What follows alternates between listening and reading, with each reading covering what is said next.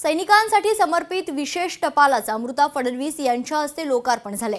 अमृता फडणवीस यांनी वीर जवानांना विशेष पत्र देखील लिहिलं। आता पायपीट करून नव्हे तर ई बाईक वरून पोस्टमन येणार आहे। पोस्ट विभागाच्या ताफ्यात 200 ई बाईक्सचा समावेश झालाय। अमृता फडणवीस यांच्या उपस्थितीत ई बाईक्स दाखल झाले असून अमृता फडणवीस स्वतः ई बाईकवर विराजमान झाल्या होत्या। जय श्रीराम।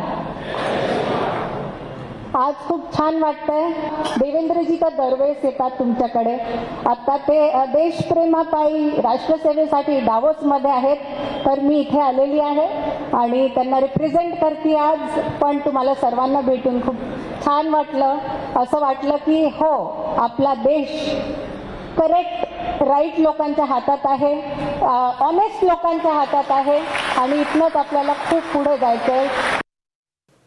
महायुतीला तोडण्यासाठी भारतीय जनता पक्षाचे काही जण काम करत आहेत। आज जर ते तक्रार करायला जात असतील तर त्यांची तक्रार करून झाल्यानंतर आम्ही सुद्धा तक्रार करू अशी माहिती समाधान सरवरकरांनी दिली। ते काय म्हणाले ऐकूयात।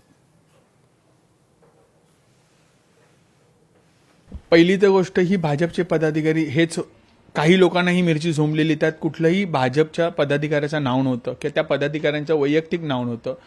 अचानक त्यांना ती मिरची का झोंबली आणि माझं एवढंच मत आहे की ते नक्की त्यांनी जावं। त्यानंतर आम्ही देखील एक तक्रार करणार आहोत, ज्यांची नावं आहेत त्याचा CDR रेकॉर्ड आपण तपासावा।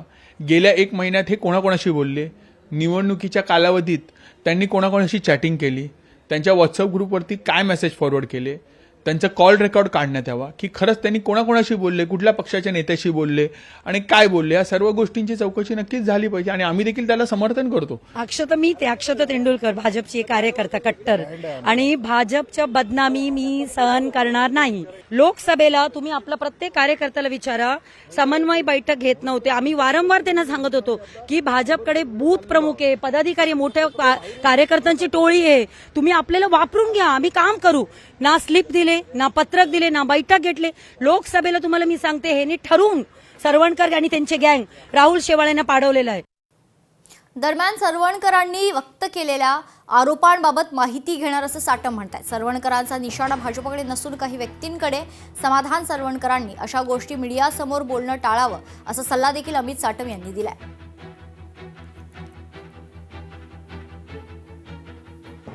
तर दुसरीकडे आमदार महेश सावंत यांनी समाधान सरवणकरांना टोला लगावलाय।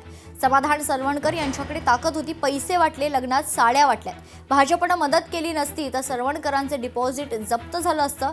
सरवणकरांनी केलेल्या आरोपांवर महेश सावंत यांनी ही प्रतिक्रिया दिली। आम्हाला माहिती होती की ही घासून येणार होते।